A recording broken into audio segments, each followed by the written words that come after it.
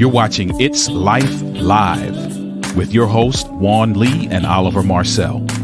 Come join us for enriching, enlightening, encouraging, and thought-provoking conversation. Let's go. Hello, everybody. This is Juan Lee back again with It's Life Live. And I'm again to hear you share with you, but Oliver is not here. It's his anniversary week, month, and birthday. So he's off tonight. But I'm here and we have a guest that's going to be here with us tonight. So we're glad that she's here and we're glad that you're here. And we're just going to let you know a little bit about Clear Journey. Clear Journey is a nonprofit that supports individuals that are looking for answers to all of life's challenges. We're here to give you education and support in all the areas of life. We talk about a mindset. We talk about the love mindset. And so we're going to have a good conversation tonight. But by the way, if you have not come and been a part of Clear Journey's It's Life Live evening before, subscribe, join. You can join us on our Facebook page, our Instagram, our YouTube channel, and we're here to support you. We're here. If you haven't been to our website, you can go to clearjourney.org, where we have gifts. We have things over there for you that you can help you grow and develop in all areas of life. We have a book. There's an ebook. If you would like to be a part of our newsletter, get the ebook. It's about budgeting, a mindset about budgeting. I think that's one of the important aspects of our journey in life, is that we understand how we can manage our money. But it all is about a mindset, whether it's your relationship, your career, your health, just your intentions on improving yourself. It's all about the mindset. So tonight, it's going to be a very interesting conversation.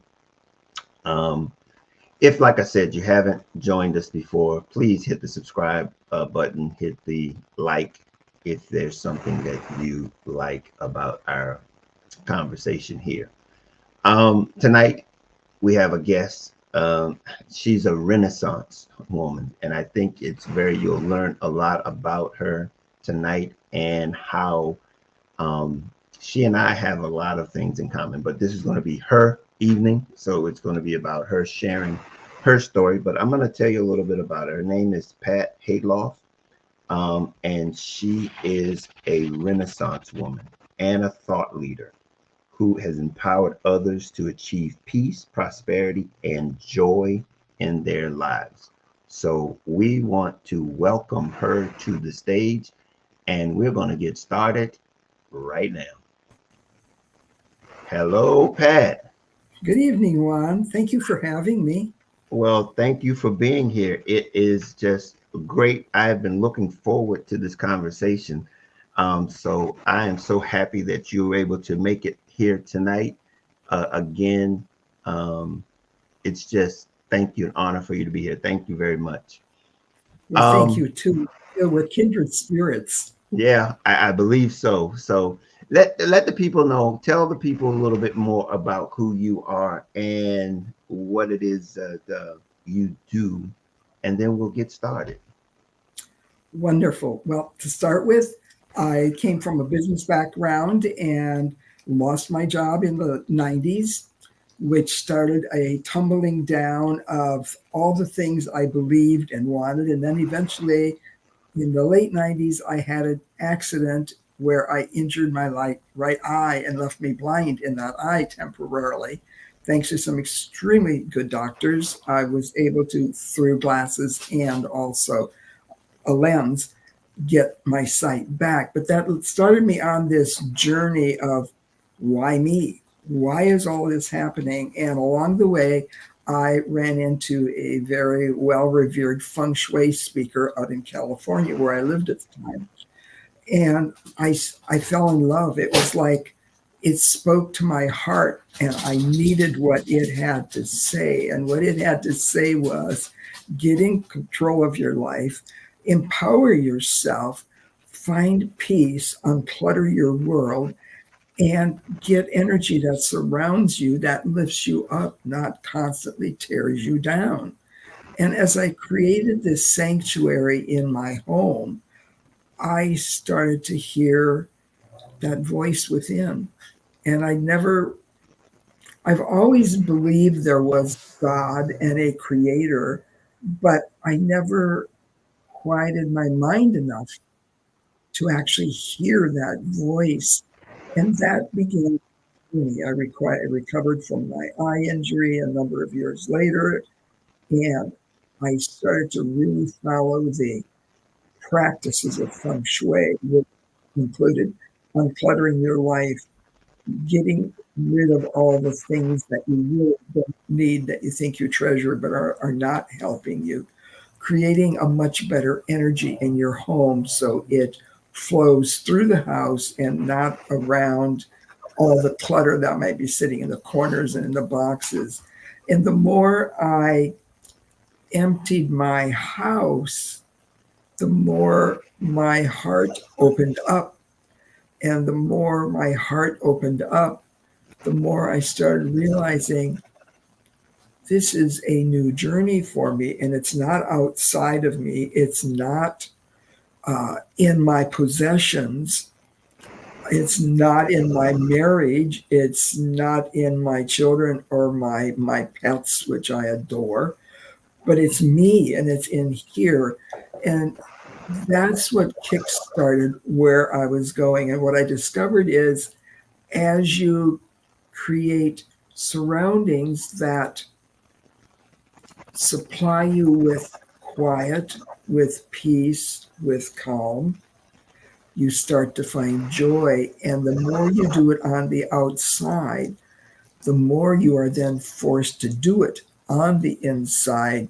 And that's where I started to go into a much deeper journey that eventually opened the doors up for me to have this absolutely magnificent relationship with our Creator, with God, and with spirit guides that would encourage me and send me in different directions and help me meet new people that would then become the next teacher. That led to my writing several books, starting with the feng shui, because at that time I thought feng shui was the be all end all, when in reality it was simply a tool that opened my eyes and took me then to the next steps. That seems amazing in the sense that it started with a trauma and then it led to clarity and then to illumination. Yes. So that seems very interesting. In that journey you were talking about, and I hope that I'm not confusing our conversation with what we had before.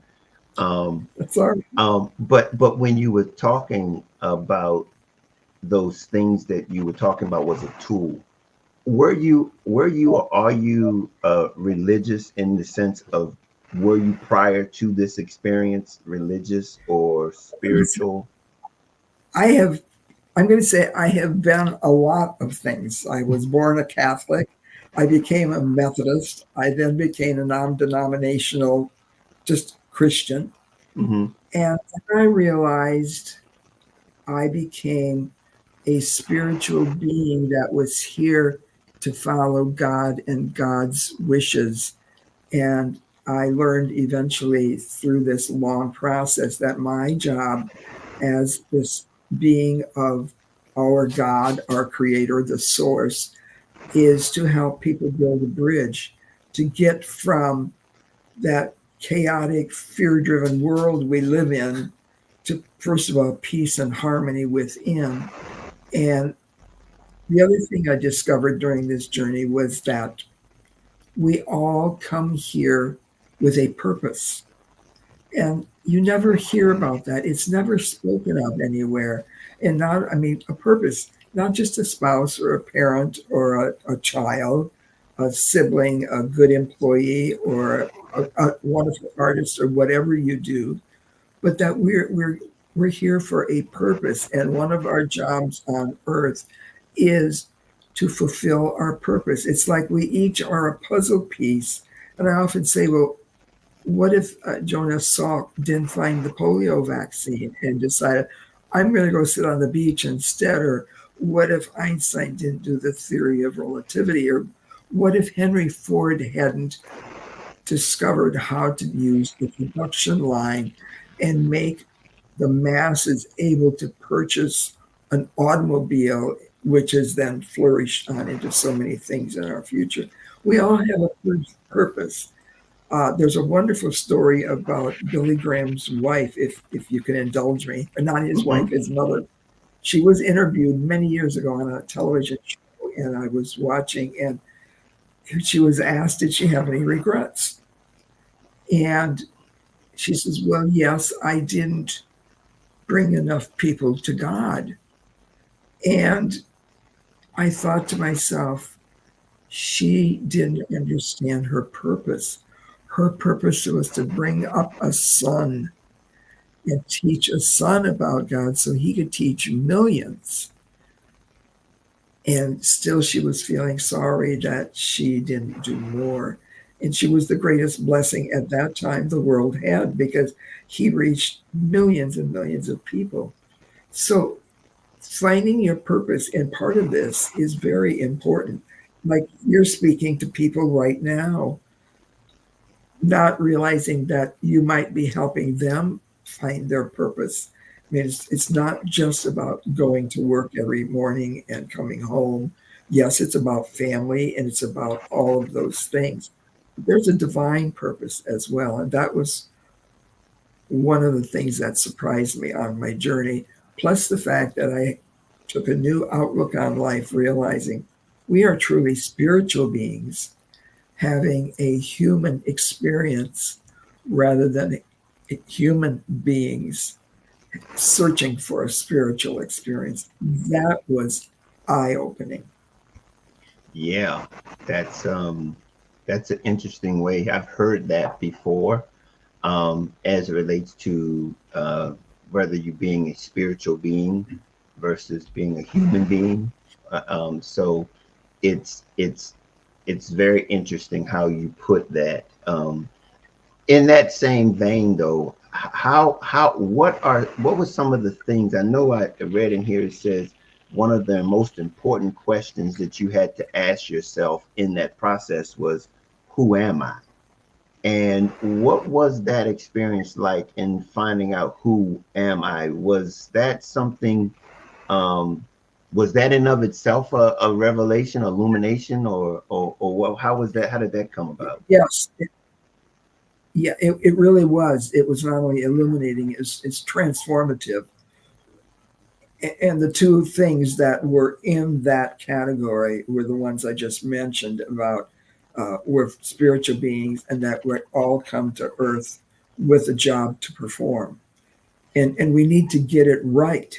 And it was, I do, instead of meditation and or prayer, which is a couple of the ways people connect with their creator, with the source, I tend to do journaling, because somehow as the message comes to my heart and flows through my hand with a pen on a tablet, it becomes permanently etched into my mind.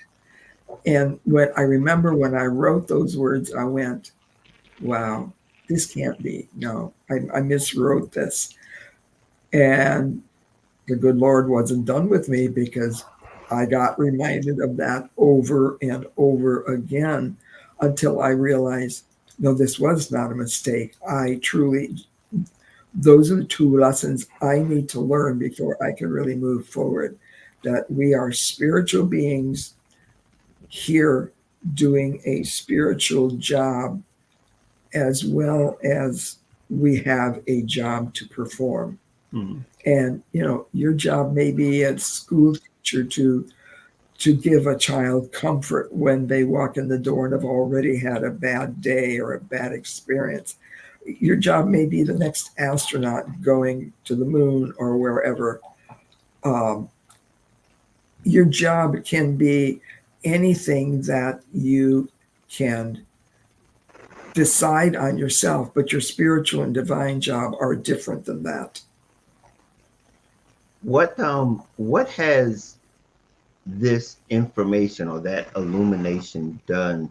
How did that impact? How did you recognize the change that was happening on the inside when this was happening? How could you identify it?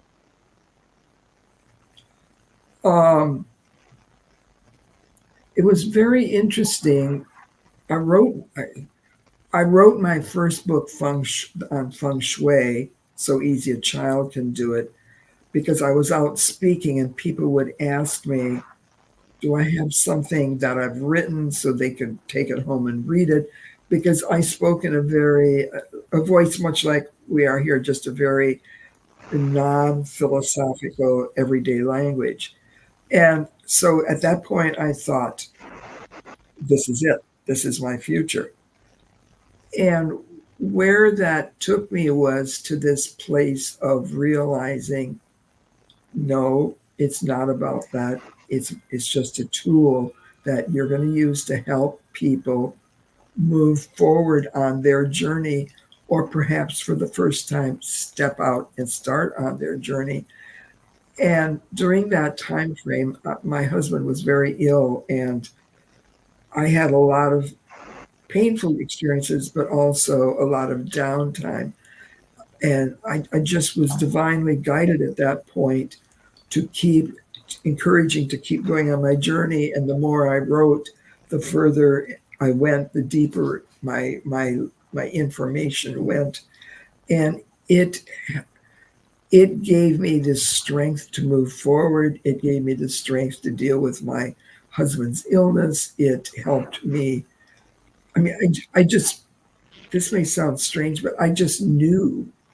It's like I could feel it in here that I was hearing truth and that it was resonating me in a way where, okay, I felt calm. I felt at peace. It was very interesting because you would think when your loved one is very ill and it's taking like a 10-year time frame to pass, you would be frantic, you would be fearful, you would be all of these things.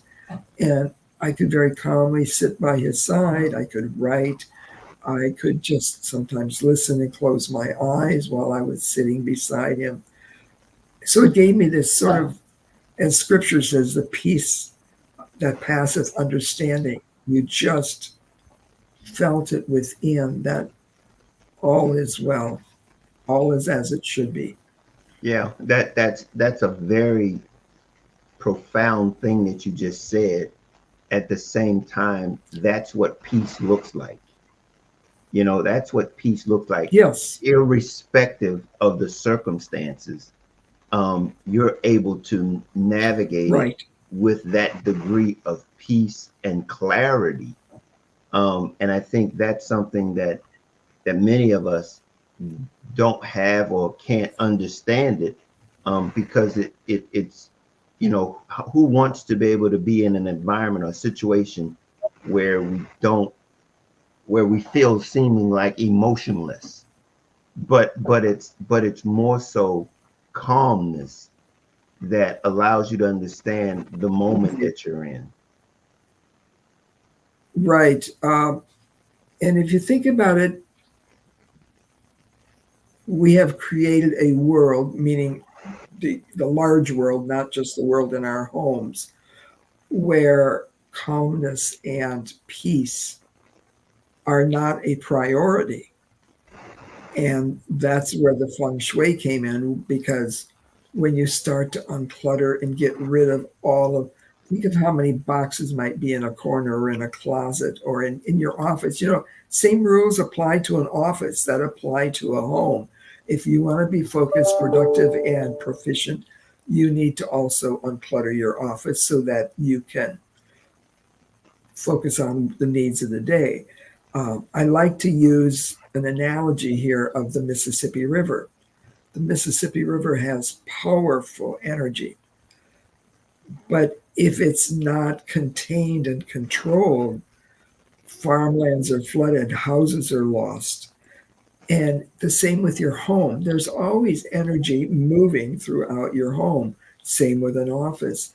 And if you don't control it, the energy will go somewhere. The question is it going where you want it to go, where you want it to focus? And that's another very good point. There's a lot of things that you're talking about now that in our journeys are similar in the sense that we're learning about, talking about energy, we're talking about clarity, we're talking about what these things look like, and it's amazing how you've put it all in your coaching or your training with people. Spiritual transformation and awakening are central themes to your work. What are some of the common challenges that people have when they embark on this journey that you think of? The challenges that they have. Sticking with it, making that commitment and following through. Although, segueing back to feng shui for a second, you will start that and stick with it, because as soon as you do a little, you will start to feel a change in your life and you will want more of it. So maybe you start in a bedroom, but it feels so good and you rest better and you sleep better and you have better dreams and all of that. All of a sudden you're thinking, maybe I should do the living room next, or maybe I should do the kitchen next, or maybe I should do the children's rooms next. You can change the future of a child by changing something as simple as the colors of the walls and the things that are hanging on their walls. If you think about what children put on their walls or how dark so many of the children's rooms are, and you bring light into that room, it can change the future of a child's life. So you will start to feel that way when you get further into your spiritual journey as well. It may be tough to go through that painful letting go or that painful heartbreak that you're trying to get past, or that loss of a loved one. But once you're through it and you find the peace and calm, you're encouraged to move forward. You're empowered to move forward. So you really, sticking to it is number one, no matter what you do. And sometimes life happens. It just happens. And you may put it on a shelf for a few years, but eventually your heart will remind you, remember when you did that and you felt so much better and you weren't so stressed, or you stood up for yourself and you drew lines in the sand and people respected you more. Doesn't matter what the problem is, but you felt better when you did that. One of my personal rules for good relationships is each person in the relationship needs to learn to stand on their truth. Because if there isn't truth in a relationship will never thrive. If there isn't truth in a community, it won't ever be what you hope it to be. And I'll bring in government. If there isn't truth in the government, the country can't thrive as well as it might otherwise. So standing on your truth is a big issue, and people need to realize that is one of the keys in a relationship to to love yourself enough to say what you need. Well, yeah, but I was asking in the sense of, if that's the challenge, why would people move away from it if it's such benefit to them? Have you had any cases where people just can't stick to it? And is that a difficult thing? Is it hard to operate in feng shui to the point where it's you can't sustain it? It's unsustainable. For some people, yes. I mean, it is difficult. It is difficult to get out of that that world you and I are stuck in when we're first born, where your parents told you this and your aunt told you this and your church told you this and the community leaders told you something else, and that all becomes part of who you are. And it isn't until much later in your life that you start to realize, oh, I've not found that to be true, but I'm still carrying that baggage around. That's what I call feng shuiing yourself on the inside, because it's not only an outside thing, it's not only what you surround yourself with, but it's also about what are your thoughts, what's holding you down, what is keeping you from doing and succeeding and being what you really think you want to be. What is standing in your way? And sometimes people can't get past that standing in the way. It's hard. It's not easy work. Well, and that's the bottom line, is that it is work. It is work. It is work. And to be able to transform anything, you've got to go through a process to be able to do it. And that process for you has been, how long of a process did that take for you to be able to get from, where you were to where you finally got to a place where you can feel that you are at peace? The peace I probably felt after the first 8 to 10 years because of the feng shui changes in my life. But it took me the next 10 years, 8 of the next 10 years to get to the book, Looking Within, which is really the crux of what I'm saying. It's sort of a written documentary of the steps one needs to go through to get to that peace.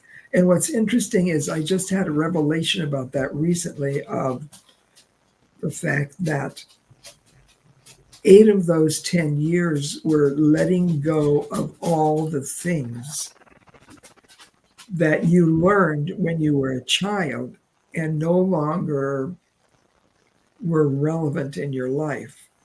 It was the last 2 that really dealt with moving forward and taking the journey to the point where I can now help other people walk that walk and talk the talk and actually live in a much more peace-filled, joyful world. I mean, most of us don't know joy the way the Creator wants us to know joy, because our minds are everywhere else. They're distracted. There's the electronic stuff, there's the television, there's the imminent arguments, the family upheaval, whatever. And all of that takes us away again from that quiet sanctuary that you should have both in your home and within. We should all seek out quiet time. We should all seek out, and I'm going to say commune with the Lord, because our Creator is the truth, is someone, a being you can trust, has the answers. And oh, that's not good. Pat, I've just lost Pat. Hey, I just want to just reiterate some of the things that she's saying, and just touch base with we had Karen Joseph said hi, and we appreciate that, Karen, for you coming in and joining us tonight. We are going to hopefully get her back, and she's back. Hello. we have some, I'm sorry, we have some storms in the area, and I think they're playing a little interference with our connections here. So my apologies. That's okay. We're back right in the midst of we just had a call. I guess that was our mid break right there, is what we call it. Perfect. So it's either that or Satan is trying to prevent us from saying something. Yeah, but we ain't gonna have that. Hey, let me ask you a question Absolutely. then. As it relates to your books and the things that you what are one or two things that can help the audience to begin this journey for themselves to be able to recognize the need and then to pursue it? What would you say were a couple of the steps that you would recommend? Uh, I would I would suggest two or three things. Number one, create either your whole home as a sanctuary from the outside world, or at least a space. Put aside a space, whether it's in a bedroom or, maybe you have lucky enough to have a den or something. Make a quiet space for just you if you can't do it for the whole family. And that becomes your sanctuary, and instruct the remainder of the family that when you are there, that is your time to be with God or within. That will do wonders, number one. Number two, then learn how to connect with the Creator, whether it's meditation, whether it's prayer.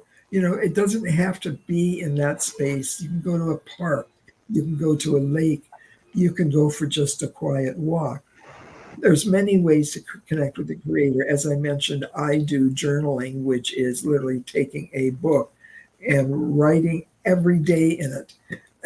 And I find that there is a distinct message for me every day. Sometimes it's about life, sometimes it's about spirituality, sometimes it's just about how to handle a difficult person. And then three, have enough faith in yourself to love yourself. Once you respect and love yourself, you will move forward, because you can only change you, but you can lead other people to follow you if you're giving a good image, a good representation of what you want to be, and that you expect love, that you expect respect, you expect all of those things that a society that loves each other and is built on the concept of a creator has. So, loving yourself first. You can, old adage, lead a horse to water, but you can't make him drink. Same with others. You can change and then act as the leader for change in your home, your community, your work, but you can't change them. But they may follow if they like what they see in you. Yeah, I call that being authentically authentic. And when you can be authentically yourself, Absolutely. you stand in your truth, Absolutely. and people are drawn to your truth. So That's right. that's the same thing there. Absolutely.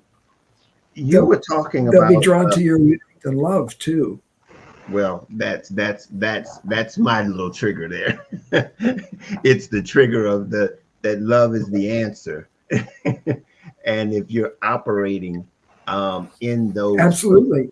that It's if you're operating in that those attitudes of love, it has that magnetism to draw others to you. You were talking about as it relates to arts and tools, the various tools and the many different types of avenues to be able to get to this space, and how we're, you know, there are many different avenues that we've fallen away from as it relates to being able to utilize and to magnify who we are as humans and how we can connect ourselves one to another. And you were talking like about the arts and music and things like that.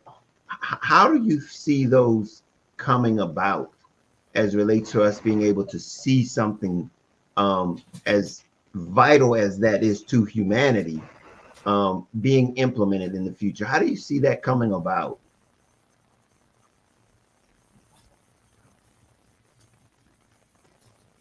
Are you there? you went, never mind. How does that relate? To start with, I use the moniker Renaissance Woman, which we actually talked to before we went live. Mm-hmm. And I have been very much given through my spirit guides and through the Creator, through God, the fact that we are on the absolute precipice of a new renaissance. I like to refer to it as a renaissance of joy, because it's not going to be a mechanical renaissance. It's not going to be like the printing press and the locomotive and all of the things that brought in the industrial age. In fact, in some ways, the industrial age, as much good as it did for us, also did harm for us, because it took the human element out of the picture and turned it to machines and then to technology. So what I am experiencing and what I am feeling is the fact that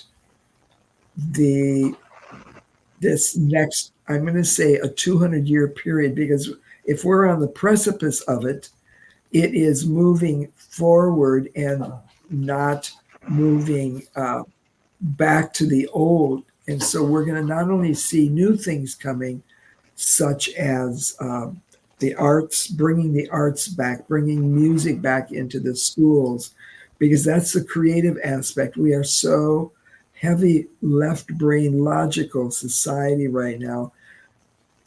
And most people don't use the right brain side at all. Therefore, the technology is overwhelming the body and not giving people the opportunity to be on that creative side.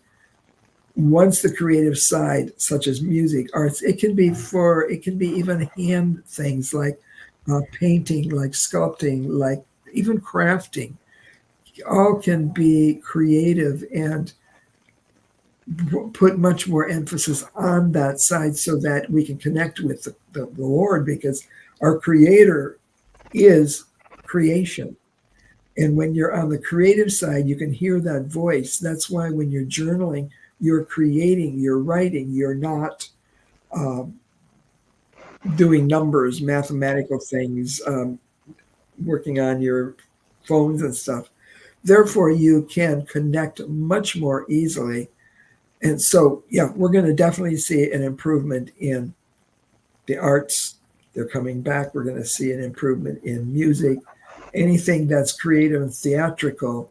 But we will also see more technology, and we're going to see a major change, I believe, in the healthcare industry, and it's going to become the wellness care industry.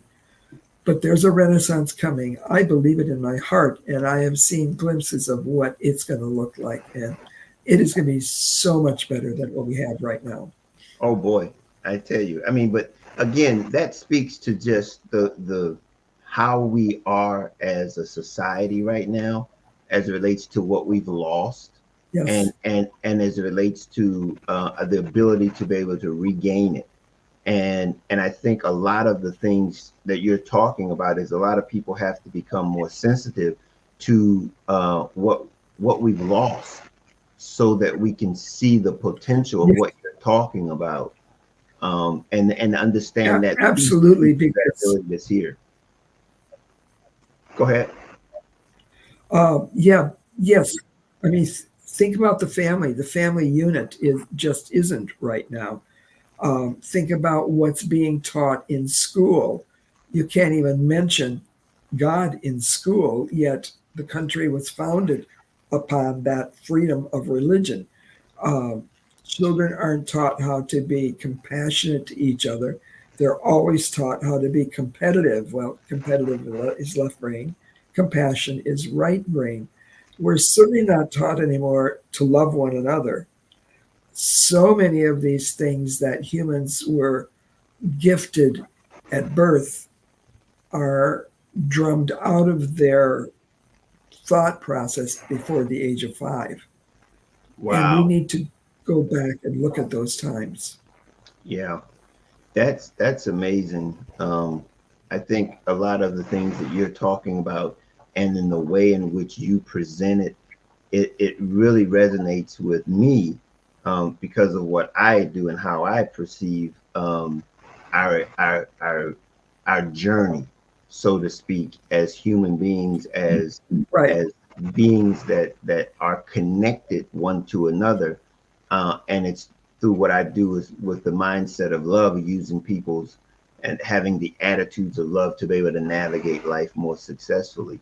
But it's so very unique. I think it's very interesting that we can come from two different perspectives, but yet still get to the same location. And that's about, ultimately, it's about how can we unite? How can we come together and become this unit that we all can be successful in our own originality, our own uniqueness, in a way that doesn't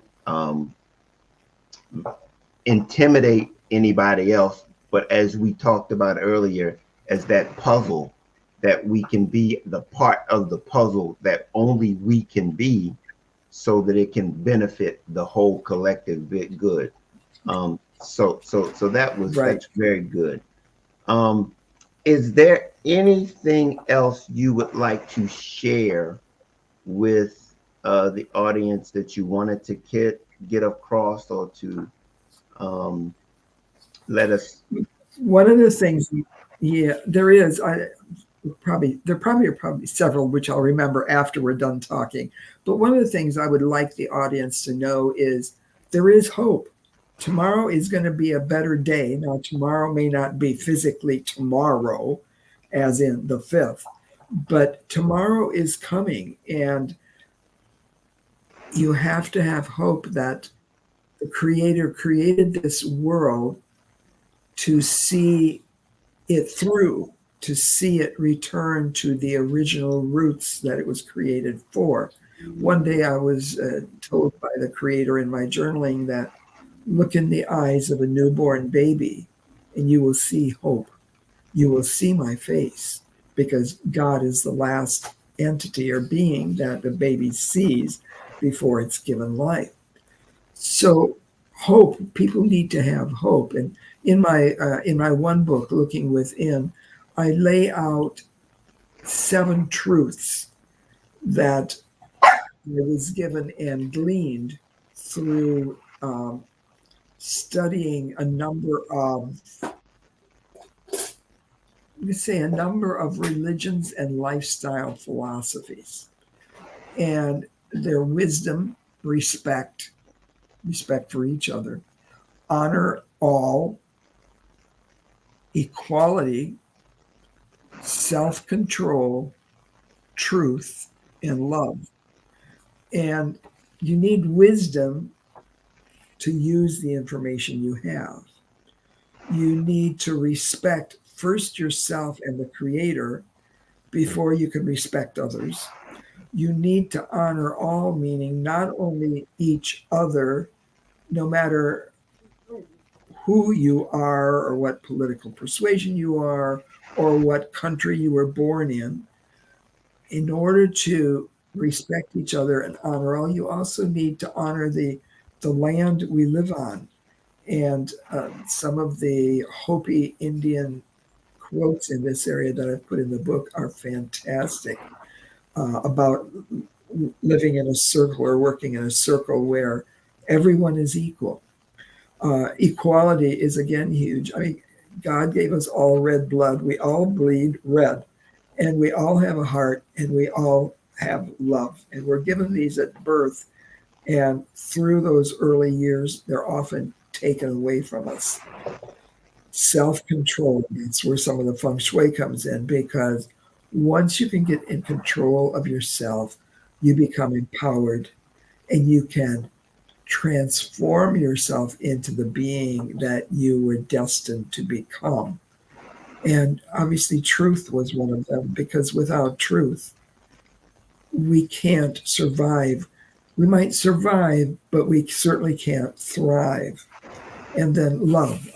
Love was the last chapter of the book, which I spent the least amount of time on, because I find people like you are spending more time on it. But it's like, if you've done the 6 other things, love is natural. It just flows, because that's the first thing God put into each of us.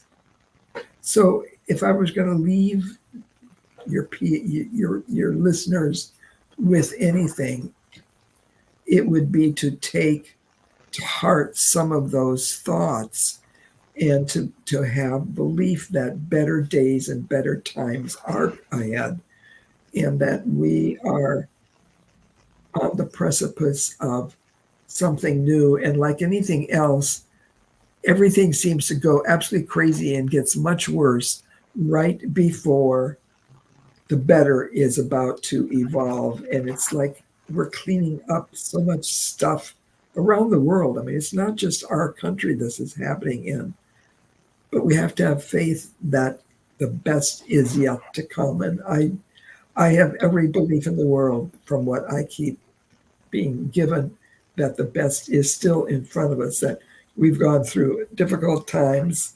We're pretty close to rock bottom, and up is where we're heading next.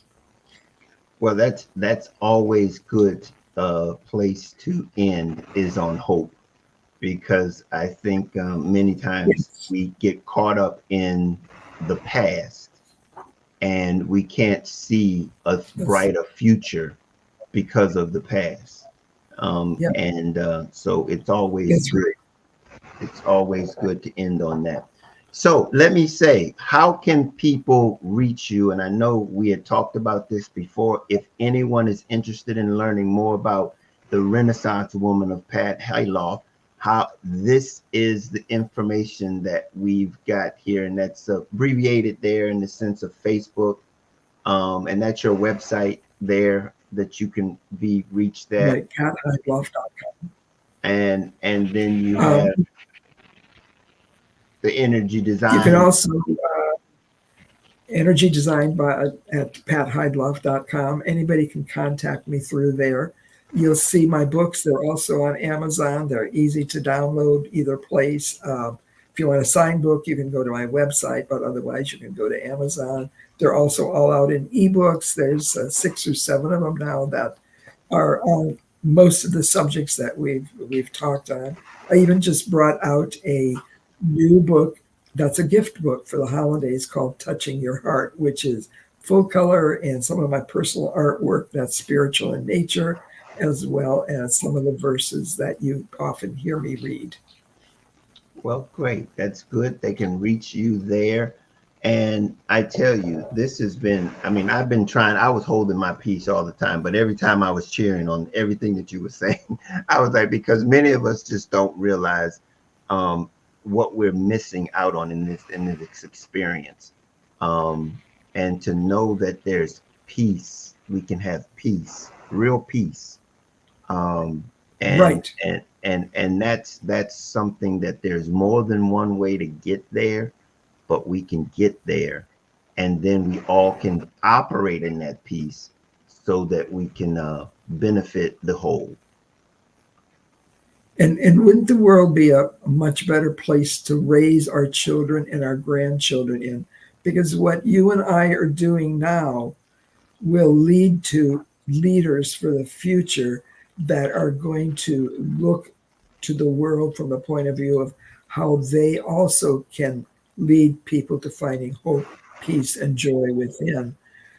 I mean, it's like it's not a utopia. It's not just a dream. It is available to all of us, but we each need to do our share in making that happen, because it doesn't happen by itself.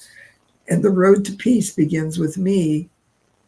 Work on yourself first, love yourself first, then you can help others. Absolutely.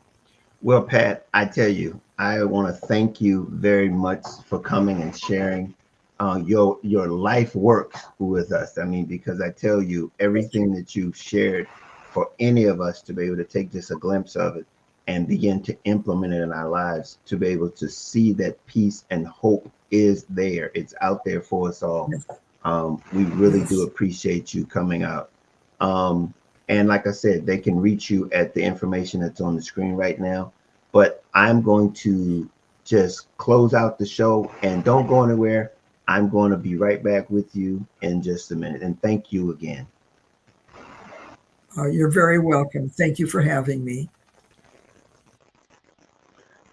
Okay, guys, that was Pat Heydlauff, and I hope you enjoyed her sharing her perspective on the various approaches to how we can gain peace, joy, and prosperity, and that's how she demonstrates or shares what I call love. And it's the mindset that we all need to be able to manifest so that we might be able to minister or to be able to, manifest it in ourselves first so that we can give it to the world. If you have any more questions about things that we do at Clear Journey, go over to clearjourney.org.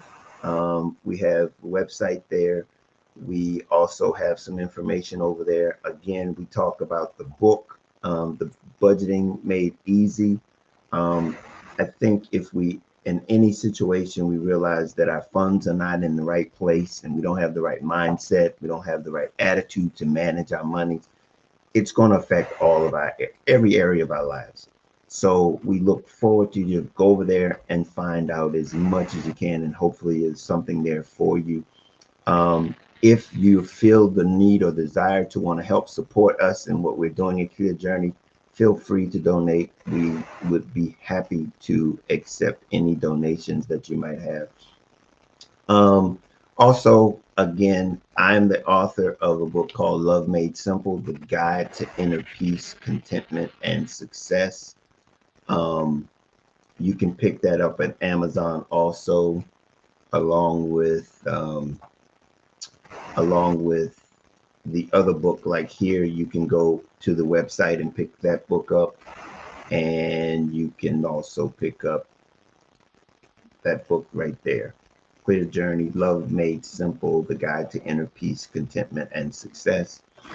And we appreciate you being here. If you have not yet, like I said, subscribe to our website or our YouTube channel, please feel free to do that. And we look forward to seeing you next time. If you have any questions that I didn't get a chance to get to them, if you put anything in the comments, we appreciate Karen for showing up and being with us tonight. Also, my group over on Meetup Group. I hope you are able to get in and see us also. But again, we look forward to seeing you next time. Next week, we're going to have a guest. Our guest is going to be Kim Kloster, Dr. Kim Kloster. Navigating Life is what we're going to be talking about next week, right here on It's Life Live. And until then, like I say every week, we can't change life, but we can help you navigate it a little bit better. So until then, we will see you next time.